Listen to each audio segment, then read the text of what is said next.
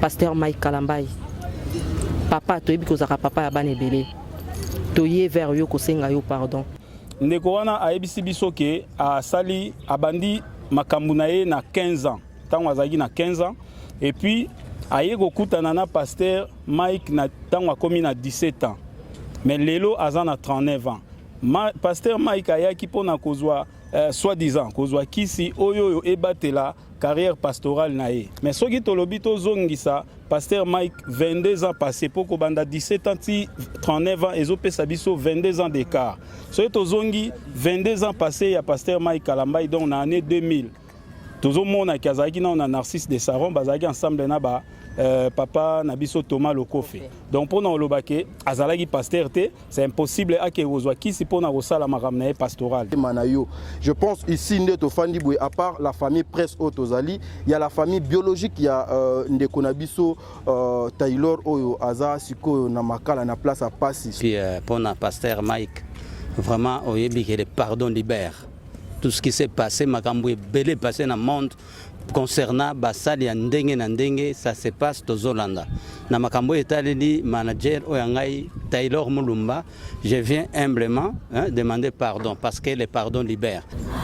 Papa Mike Kalambai kotala mabena bisote kotala peta mususu o batu musu bakoki ko kangimisa te kaka sala bo yokela biso mawalo kwa bana na yo uza papa na biso okambaka biso toza bana na yo en tout cas na ofuka mata bafuka melaka nzambe mena fuka melio papa Mike Kalambai pardon na batu nyonso oyo batulisaki motema na émission oyo ndeko na biso Taylor Mulumba salaki oyo ayamaki maître spirituel toyebi ete journaliste atuna robe mituna mekasi oyo ndeko invité lobaki et BBC quelque part et motema ya papa na biso Mike Kalambai biso ba journaliste toye kosenga simplement pardon. Bonjour na balandi nyonso o bazuli baku ya Rolanda biso à ce net moment alors ceux qui to sangani boebomoni ba journaliste ebele za na kombo ya structure moko o eza structure na kati ya bandeko nyonso ya presse alors ceux qui tozali awa toza kaka na likambo moko o toyeli à ce net moment toye vraiment kosangana na bandeko nanga obomoni na côté mobile nanga côté mwasi tosangani awa na eloko moko ya kosenga notre pasteur le pasteur Mike Kalambai eloko biso toyeli awa à propos ya ndeko na biso moko o ya biso ya kati ya structure na biso amonani na makala alors tofandaki selon ba analyse o biso no tofandaki tosalaki tosangana ki pe na ba yaya na ba kulutu mususu tomonaki solution mo côté ezalaki ya kuya devant bandeko na biso nyonso o bazolanda biso na à ce moment de kana lobaki ya kosenga pasteur Mike Kalambai pardon pour ne pas être kilométrique verbalement nazanga mon côté bomoni kitoza moi ba journaliste ebele na ebité na kobanda côté ya loboko nini na bandeko nyonso batala kibiso bandeko nyonso bazwaki libaku ya kolanda vidéo ya ndeko na biso Taylor Mulumba Mukadi bato nyonso bazalaki blessé bato nyonso bazalaki dessus par rapport ya ndeko na biso oyo maître spirituel alobaki par rapport ya pasteur Nabiso Mike Kalambai na ebi ke bandimi pe ya temps dans ta présence bato nyonso bazalaki pe blessé en tout cas to sengi bino vraiment nos sincères excuses bolimbisa vraiment biso na kozala vraiment te ke kokanga moi parole na ebi ke toza ebele awa na ebi te na kobana nani na banana papa ekito na banana président je sais pas papa ekiso ko poussa na Myriam s'il vous plaît. Voilà. Oui, mbote balandi na biso, mbote bandeko nyonso tout, famille chrétienne nyonso mbote. Pourquoi toloba famille chrétienne? Parce que mutuo biso toza ko adresser message, c'est un pasteur donc azali mosali na Nzambe o ezali bongo pasteur Mike Kalambai. Toye ko présenter ba esquisse na biso par rapport ya ba analyse belé ko sala omoni eloko mususu ezalaka tangu biso toza ba journaliste. Tokoki ko contrôler mutu nyonso tout est maloba na ye ata to sala briefing ako sala biso briefing ya 60 minutes te alors ndeko wana a se présentaki et pas ya moninga journaliste asali ba maloba na ye o alobaki alors kotala ba vidéo wana je crois makam nazo loba ta bino bato botali ba vidéo so totali eza pena na cohérence te na makambu ebele na repese exemple moko lokola ndeko wana a ebisi biso ke asali abandi makambu na ye na 15 ans tango azaki na 15 ans. Et puis, aye kokutana na pasteur Mike na tango akomi na 17 ans. Mais lelo aza na 39 ans. Pasteur Mike ayaki pona kozwa soi-disant kozwa kisi oyo ebatela carrière pastorale nae. Mais ce qui tolobi to zongisa pasteur Mike 22 ans passé pour banda 17 ans 39 ans et opesa biso 22 ans d'écart. Ce to zongi 22 ans passé il y a pasteur Mike Kalambai donc en année 2000. Tozo mona kazaki na on a Narcisse de Saron bazaki ensemble na ba papa Nabiso Thomas Lokofe. Donc pour nous lobake azalaki pasteur te, c'est impossible à que ozwa kisi pour na osala makamna pastoral. Donc on a déjà que cohérence ezate, mais loko la biso toza ba pandisa ngo tokoki ko gérer mutunyo so tout tokoki ko yeba ba penser ya mutunyo so tout à déranger ndeko na biso ko benga ye na 1h du matin pour na oya koleka. On paye aye pa monaki ke loko eza makambo solo mais au moniteur action comme rasi salemi ande toyaka kosala analyse ya eloko moko nga naza na chaîne nanga ndeko aza na chaîne na ye mais ntango ekomi ke problème ekomi tokomi koluka video wana po totala tomeka koanalyse yango donc mwa moke tokokaki kobakisa yango wana tobandeli su kopresente baeskise na biso na kombo na ngai monsieur Eki Bumba et je crois ndeko mosusu mpe aozwa maloba. Voilà. Merci beaucoup, que Dieu vous bénisse. Bino bozolanda biso de partout dans le monde entier. Il s'agit de Mbutanzala, chante pour la gloire de Dieu. Je pense que Bobo Sanité et puis pour notre pasteur Mike, vraiment, au Yébi, que le pardon libère. Tout ce qui s'est passé, Makamboué, belé passé dans le monde, concernant Basali et Ndenge, ça se passe aux Zolanda. Na Makambo Etaleli, manager Oyangai, Taylor Mulumba, je viens humblement demander pardon parce que le pardon libère. Dieu nous dit ceci, il fait grâce aux humbles, il résiste aux orgueilleux.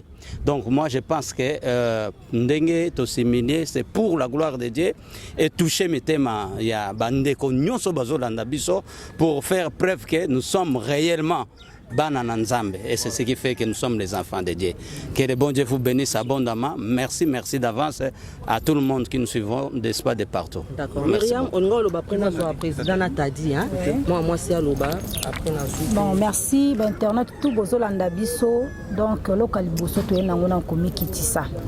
Parce que ma commune Nzambe Lobi, le pardon, c'est une puissance qui libère. Papa Mike Kalambai.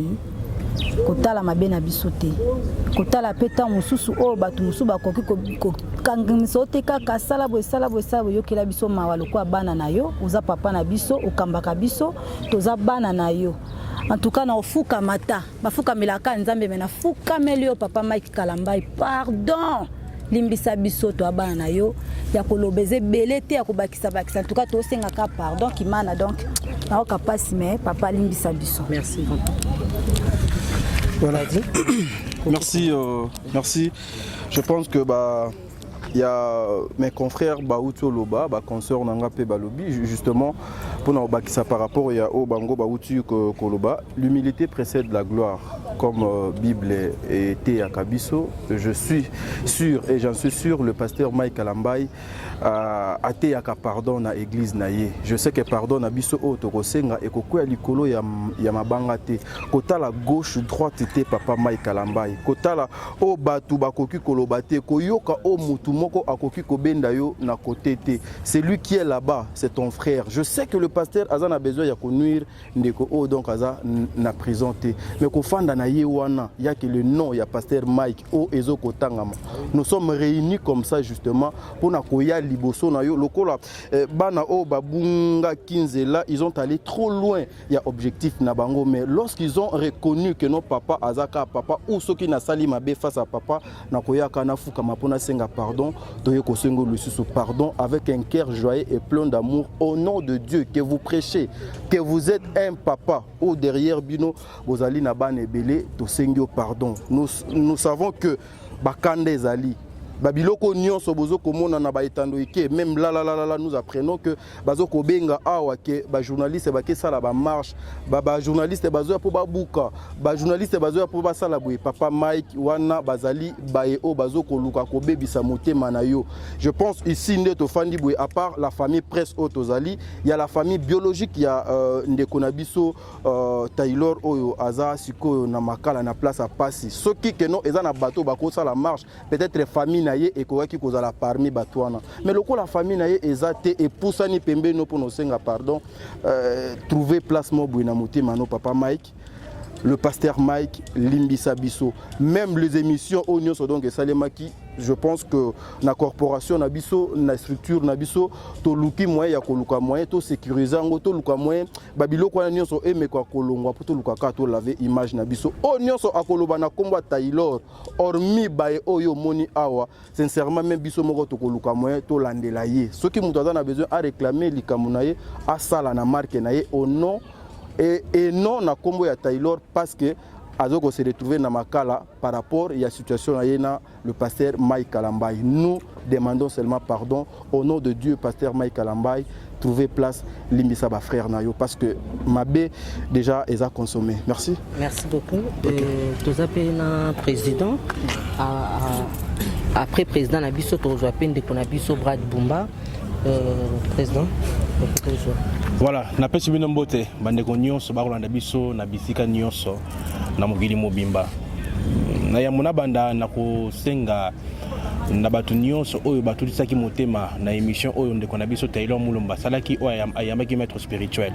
Toyebi ete journaliste atuna robe mituna mekasi oyo ndeko invité lobaki et BBC quelque part hein et motema ya papa na biso Mike Kalambay biso ba journaliste toye kosenga simplement pardon pona ndeko na biso Taylor Mulumba oyo azana pasi akoliate azape muto asthme toye ke lena tongo alali malamu te le lopé ce problème est comme lié et aux arana mutu ya pasteur Mike na yango to sengi yo papa Mike qui sa motema donc na bandi oyo so sali ndeko azui les sons à côté yama et puis à Rozonga Nanzela. Au participant un plus na vie naie na carrière naie en tant que journaliste na yango toyi kosenga bolimbisi on me kampe kozonga sima a retirer plainte pour ndeko na biso Taylor Mulumba abima na boloko. Et puis to souligner le moko Taylor boko mona wana azali orphelin de père et de mère na minito to koloba na mbongo to kofuta na parquet et kozala non pas pour to futa abima et loko ya na maboko te ba to yoki ke après qu'on retire plainte et au senga mbongo mo ebele to kozango wapi donc to kosenga pe na ba oya bonne foi au Barolande émission yo bo soutenir pe moi 10 francs pour être to meka kofuta kuna boyebi ke soko kena maboko ya l'état ba kotiko pamba te sengelo futa po ba bengi ba monde na yango papa Mike kitsa mutema merci beaucoup. D'accord. Brad, tu peux. Ouais. Non, tu peux parler et puis moi je vais clôturer et tout. Donc voilà, parce qu'il y a moi le lac est français pour n'abattre belé puis bazan à occasion il y a Rolanda biso ils ont battu bazan difficulté à coloca moi lingala. Brad, tu prends le micro. Je voulais juste si je veux dire un mot je sais que le président nous a parlé ici, le papa Eki, tout le monde, l'organe de la presse, juste demander pardon à notre frère pasteur. Papa Mike Kalambay, vous savez, c'est la presse, nous on essaye juste de faire notre boulot, poser des questions. Alors, nos invités essayent une fois de nous mettre dans de pétrins comme ça, si on peut le dire. Alors, nous vous supplions, pasteur Mike, juste de retirer ce plainte. Nous vous supplions, nous vous demandons pardon, s'il vous plaît, d'avoir un bon cœur, de trouver une place dans votre cœur, de pardonner notre frère. C'est ce que je voulais juste dire à propos de notre président. Chic. Voilà, bandeko nyonso ndenge kaka président Chika uti koyebisa biso bao baza na bonne volonté koyebi kaka place bisika ndeko na biso Taylor azali hein. Donc esenga biso moi ceux qui balbimisi et que toza sûr toyebi ke papa za papa malamu ana un bon cœur ndenge azawana ayebi ndenge baltolobaka le pardon c'est une puissance qui libère ou libéraka toujours papa luka place vraiment ya ko libérer kofungola motema na yo ozwa pardon na biso ocha yango na esika toza vraiment na ebele ya koloba te ezala na comité na yo mobimba batu no nyonso équipe no mobimba au nom ya structure na biso ya presse oyo en ligne toye liboso na bino kosenga pardon na ndimi lisusu te kende ko na biso Taylor akobandela oyo ya sali wana aosala lisusu te. Alors merci beaucoup na bato nyonso balandaki biso, merci beaucoup na bato pe bazwaki libaku ya kopesa biso mo ba critique mo ba makambo ebele. En tout cas toza toujours ensemble na bino. Pasteur Mike Kalambay papa toyebi kozaka papa ya bana ebele toye vers yo kosenga yo pardon atoyo ki banungu bato bazoloba kotala matoi te oza papa kambara déjà biso kambara bana ebele. En tout cas toye liboso na yo au nom de l'amour na kombo ya nzambe oyo sambela o biso tondimaka luka place olimbisa biso. En tout cas merci na bato nyonso balandi biso. D'ici là portez-vous bien, bye.